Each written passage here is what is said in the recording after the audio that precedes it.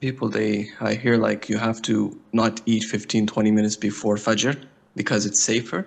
But it's just like a sunnah that they don't eat 15-20 minutes before Fajr. It's just something sunnah, or it's okay to eat like 2 minutes before Fajr.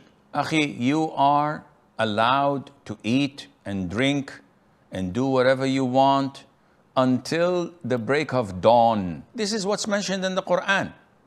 What so many ignorant people do when they print the calendar of the whole prayer time of Ramadan, you would see Dhuhr, Asr, Maghrib, then Isha, Taraweeh, then Imsakiyah, and 15 minutes later, Fajr, Adhan. Why is this 15 minutes? Just to be safe. Had the Prophet ever done such a thing? They said, nope. On the contrary, in the hadith, it says that between the suhoor of the Prophet ﷺ and the iqamah of the prayer, not the adhan, the iqamah, was approximately 100 verses or 50 verses.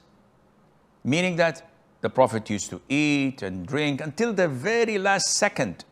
Once the adhan of Fajr is given, khalas, this is where we refrain. To give a buffer zone of 10 or 15 minutes, this is baseless. فاسألوا أهل الذكر إن كنتم لا تعلمون